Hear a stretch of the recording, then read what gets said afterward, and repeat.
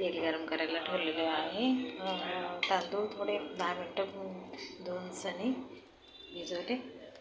कांदा tomato soybean करून घेतलेले आहे। आलं लसूण तेजपान। तेल छान गरम झाल्यावर सर्वात जास्त जिरं जास्त टाकायचं। जिरं छान लागतं भाताला।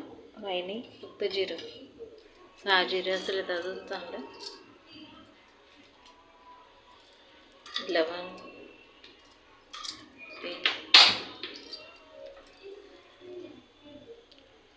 मिरी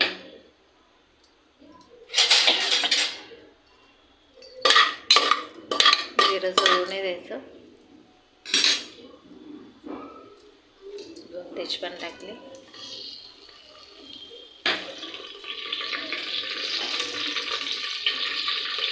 गरम पाणी करायला ठेवलं। आपले कांदे टमाटे खूप छान परतले गेलेले आहे। त्याच्यात धने जिरे पूड आणि तिखट गरम मसाला हळद थोडीशी घेतली, जास्त नाही घेतली। पुलाव मसाला तुम्ही पण टाकू शकता। छान फ्राय होईपर्यंत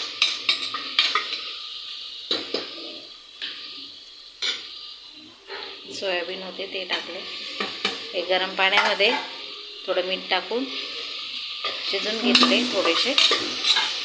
मग चांगले पिळून घ्यायचे, स्वच्छ 2-3 पाण्याने धुवून घ्यायचे, पिळून घ्यायचे आणि मग सोयाबीन वापरायचे। आणि याच्यात लिंबू पण पिळून टाकायचा, म्हणजे छान चव येते पुलावमध्ये। आणि वरतून मग नंतर तूप सोडायचं। मीठ टाकलं थोडं, बघू शकता तुम्ही। अशीच भाजी पण छान लागते। नुसती अशी भाजी पण केली तरी सुद्धा खूप सुंदर लागते चव या सोयाबीनची। सुकी भाजी टमाटे कांदे वगैरे मसाला थोडं तूप टाकून ही थोडीशी मी बाजूला काढून ठेवते सुकी भाजी। थोडं तूप टाकलं मी।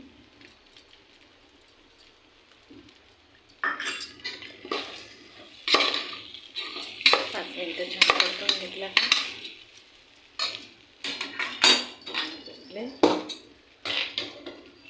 गरम पाणी टाकायचं। झालं का झाकण लावून घ्यायचं आणि 1 शिट्टी घेऊन घ्यायची कमी मीडियम आचवर।